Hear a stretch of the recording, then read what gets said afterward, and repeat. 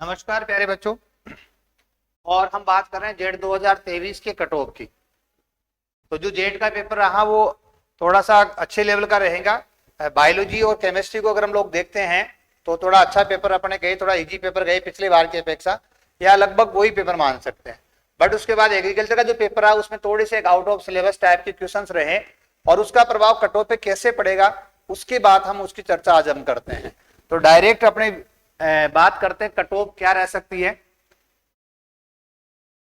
Cut off क्या रह सकती है, एग्रीकल्चर की बात हम लोग करते हैं, बायोलॉजी और केमिस्ट्री। एग्रीकल्चर, बायोलॉजी और केमिस्ट्री है। 40 क्वेश्चनों का टोटल अपने 120 क्वेश्चन अटेम्प्ट करने थे। तो उन 120 में से अगर हम लोग देखते हैं तो यहाँ बच्चों की बहुत दिक्कत आ रही है।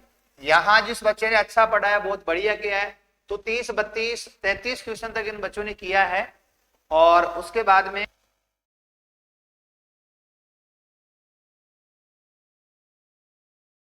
और यहाँ पे अगर आप लोग देखोगे तो बच्चों ने अगर 32 क्वेश्चन भी किए हैं तो बच्चों के बहुत अच्छा इंटेलिजेंट बच्चा है, तो लगभग उसका 30 क्वेश्चन के आसपास बहुत अच्छा बच्चा जिसकी एग्रीकल्चर अच्छी हो उसका ठीक है।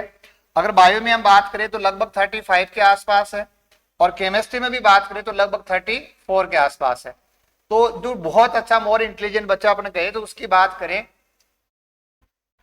लगभग 99 से 100 क्वेश्चन तक उस बच्चे ने अटेम्प्ट किए हैं। ये अटेम्प्ट करने चाहिए थे जिस बच्चे को बहुत अच्छा बच्चा है। तो यहां से स्कोर उस बच्चे का लगभग 400 आता है। बट फिर भी आप लोग इसमें देखोगे कि थोड़ा सा यहाँ हल्का हल्का सा फिर दो क्वेश्चन, एक क्वेश्चन फिर कम हो जाते हैं। तो हम लोग अगर अनुमानित करें तो इन क्वेश्चनों की अगर संख्या जिस बच्चे के, जैसे मान लो 85 हो रही है, क्या हो रही है 85, ये स्कोर बच्चे का आ रहा है। तो एवरेज अगर जैसे 340 बच्चों के आ रहा है तो उनको जो आप पहली यूनिवर्सिटी चाहते हो, ये बात हो रही है जनरल के आधार पे। किसके आधार पे? जनरल के आधार पे बात हो रही है। जिस बच्चे के 340 नंबर आ रहे हैं तो वो जिस कॉलेज में जाना चाहता है उस कॉलेज में उस बच्चे का सिलेक्शन हो जाएगा।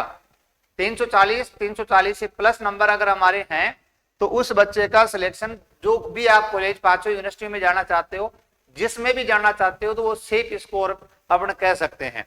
340 नंबर पे आप जो भी फर्स्ट यूनिवर्सिटी चाहते हो वो आपको मिल जाएगी।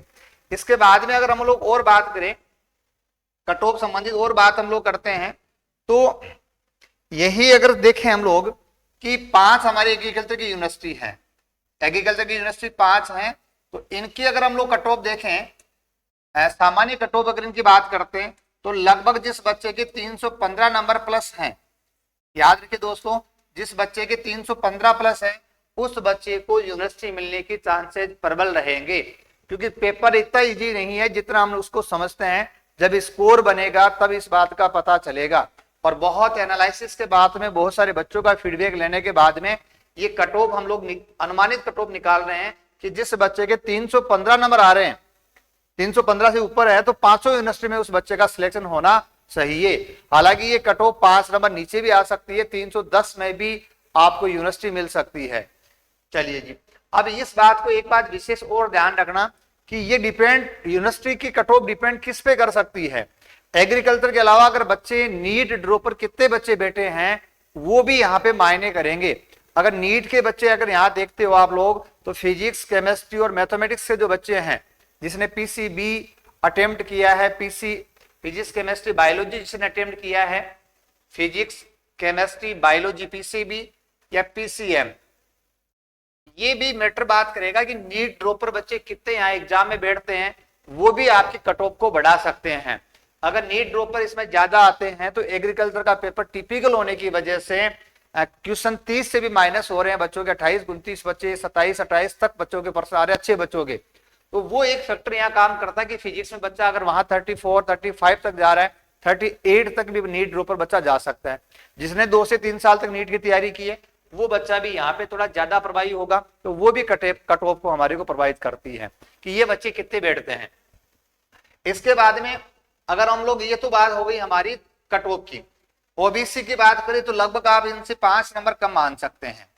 ओबीसी की अगर बात करो आप तो 5 नंबर कम मान लो। और एसटी और एससी की बात करें, इसी के साथ हम लोग बात करें, एसटी और एससी की बात करते हैं हम लोग,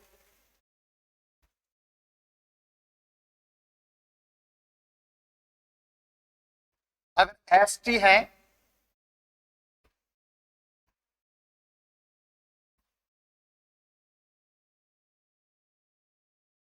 अगर हम लोग एसटी की बात करें या फिर एससी की बात करें, तो यही कट ऑफ अगर जिस बच्चे के 280 नंबर प्लस है, 280 प्लस प्लस जिस बच्चे के हैं, उस बच्चे का यूनिवर्सिटी में होने का चांसेस ज्यादा रहेगा। एसटी एससी में 280 प्लस है तो उस बच्चे का यूनिवर्सिटी में होने का चांसेस प्रबल रहेगा। और पीएच अगर देखें हम लोग, पीएच कैटेगरी को अगर हम लोग देते हैं तो लगभग 250 में अगर जिस बच्चे के हैं 250 240 नंबर जिस बच्चे के हैं, उसका भी यूनिवर्सिटी में होना चाहिए। अच्छी जो 5 एग्रीकल्चर यूनिवर्सिटी उसमें भी होना चाहिए। अब बात आती है कि नॉर्मल कॉलेज कितने नंबर पे मिल जाएगी। जैसे को कॉलेज है, कौन सी कॉलेज है, को कॉलेज, जैसे अपने नजदीकी, जैसे मान लो जो भी कॉलेज हो आपके नजदीक वाले, जिनको को कॉलेज कहते हैं, अपने लाल सोट हो, फतेहपुर हो, भरतपुर हो, भीलवाड़ा हो, झालावाड़ हो, इन कॉलेजों की बात करें तो जनरल ओबीसी में लगभग इन कॉलेजों में सिलेक्शन होना चाहिए 300 के आसपास। इन कॉलेजों में कितना, लगभग 300 नंबर के आसपास सिलेक्शन आपका होना चाहिए। 300 नंबर अगर आप लोगों के हैं, 300 नंबर अगर आपके हैं तो इन कॉलेजों में 300 या 290 से 300 नंबर आपके हैं तो इन कॉलेजों में आपका श्योर सिलेक्शन होना चाहिए। और अगर इन्हीं पे इफेक्ट करे तो आप लगभग 10-10 नंबर यहाँ पे कम कर सकते हो। इनको अगर देखोगे तो 10-10 नंबर क्या कर सकते हो, कम कर सकते हो। ठीक है प्यारे बच्चों, तो ये तो एक अनुमानित जेट की कट ऑफ है। लेकिन यूनिवर्सिटी की अगर बात करते हैं, क्योंकि एग्जाम हमारा यूनिवर्सिटी के लिए, हमारा चयन यूनिवर्सिटी के लिए, हम तैयारी यूनिवर्सिटी के लिए करते हैं, तो उसका सीधा सा संबंध है। पहली बात तो 315 पे आपको यूनिवर्सिटी मिलनी चाहिए। फिर अगर इसको कोई प्रभावित करता तो नीट ड्रॉपर बच्चे कितने बैठते हैं वो यहाँ प्रभावित करते हैं। अब आप लोग एक बार कमेंट बॉक्स में जरूर एक बार लिखना कि आपका निशा फाउंडेशन की जो आंसर की है उसके आधार पे आंसर क्या होगा। दूसरी बात एक और है, अभी भी एग्रीकल्चर में 3 से 4 क्वेश्चन ऐसे हैं जिनकी ओमार आंसर चेंज हो सकता है। वो यूनिवर्सिटी पे डिपेंड करेगा, जिसने एग्जाम कनेक्ट करवाया उस पर डिपेंड करेगा कि इसकी क्या आंसर होना चाहिए। अलग अलग विद्वान साथियों ने अलग अलग प्रकार से ऑथेंटिक देख के उसका आंसर निकाला है।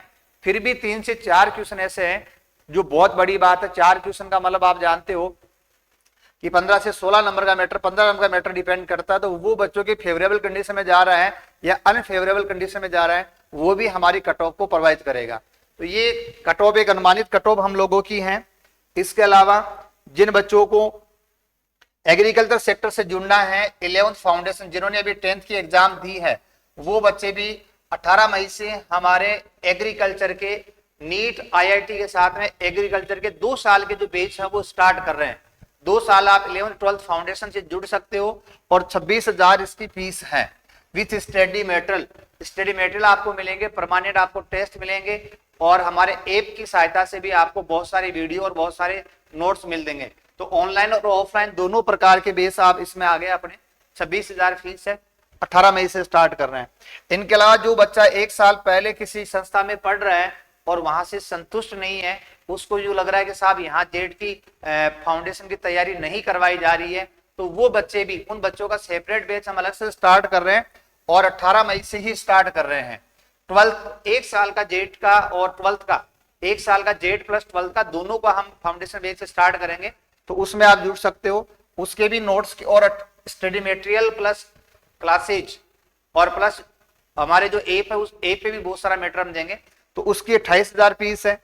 और इसके अलावा ईयरली जो जेट की तैयारी करना चाहते हैं बच्चे, अभी आपने एग्जाम दिया है, अब आप सीयूटी पे फोकस करें और सीयूटी पे फोकस करने के बाद में अभी जैसे मान लो जिस बच्चे ने अभी इस बार 12th की है और जिसका रैंक अच्छे नंबर नहीं आ रहे हैं, तैयारी प्रॉपर आपकी नहीं हो पाई है, तो 15 जून से हम लोग उन बच्चों की भी 15 जून से टारगेट जो जेट के 1 साल के जो बैच होंगे उनको स्टार्ट कर रहे हैं। तो अगर आपका स्कोर प्रॉपर नहीं बन रहा है, आपके कंसेप्ट क्लियर नहीं है, आपने तैयारी अच्छी प्रकार से प्रॉपर नहीं कर पाए, तो आप ज्यादा सीयूटी की काउंसलिंग पे उन पे ज्यादा विश्वास न करके वहां वेट ना करें, क्योंकि आप उसमें ज्यादा वेट करोगे तो यहाँ समय बहुत सारा निकल जाएगा।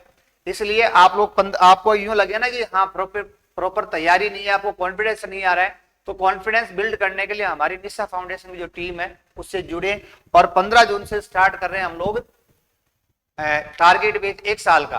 तो ये आप जो बच्चे 10वीं की एग्जाम इस बार पास किए, वो बच्चे, जिन बच्चों ने 11वीं कहीं संस्था से पास कर ली है, अनसंतुष्ट है, उनसे प्रॉपर आपको उनसे संतुष्टि नहीं मिल पा रही है, प्रॉपर आपकी पढ़ाई नहीं हो पा रही, तो वो बच्चे भी हॉस्टल में आके जुड़ सकते हैं और यहाँ भी जुड़ सकते हैं।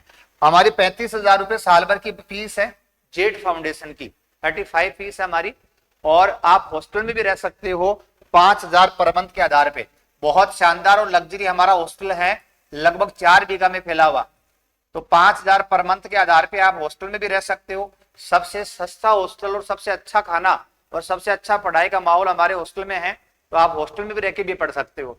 तो लगभग आप यूं माने कि लगभग 85,000 रुपए साल भर के आपके बनते हैं, जो मेरे हिसाब से राजस्थान में सबसे अच्छी पढ़ाई, सबसे अच्छा माहौल, बिल्कुल केयर होती है। और डायरेक्टर सर जो खुद ओनर है वो खुद केमिस्ट्री पढ़ा रहे हैं, तो बहुत प्रॉपर जो हमारे पास बच्चे आते, तुलनात्मक रिजल्ट आप देखिए 23, 22, 21, 2012 के बाद में अगर तुलनात्मक रिजल्ट देखोगे तो बहुत अच्छा रिजल्ट निशा फाउंडेशन में रहा है।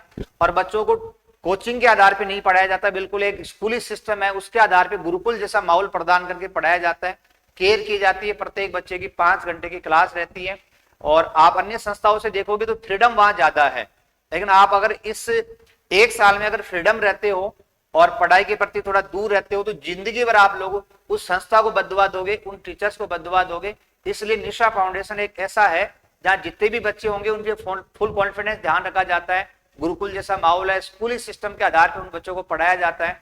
और उसी का कारण है कि निशा फाउंडेशन आज भी बिल्कुल नामात्र नॉर्मल बच्चे रखने के बाद बहुत बढ़िया उन संस्थाओं को चुनौती दे रहे जिनके पास 1,000, 2,000 बच्चे टोटल संख्या में बैठे हैं। तो वो भी आज ये मानते हैं कि आपकी जो पढ़ाई की पद्धति है वास्तव में बहुत बढ़िया है, रिजल्ट आपका तुलनात्मक बहुत अच्छा है।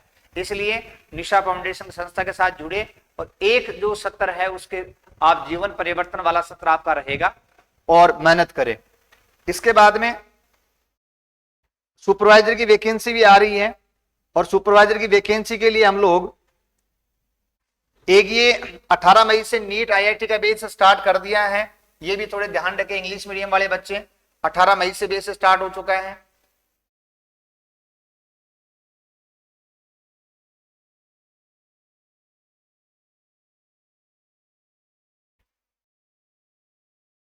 इसके अलावा हिंदी मीडियम के जो बच्चे हैं उनके लिए भी थोड़ा सा ध्यान रखें, 15 तारीख से ये बेच स्टार्ट हो चुका है नीट IIT का, और इंग्लिश मीडियम का 18 तारीख से बेच स्टार्ट हो चुका है।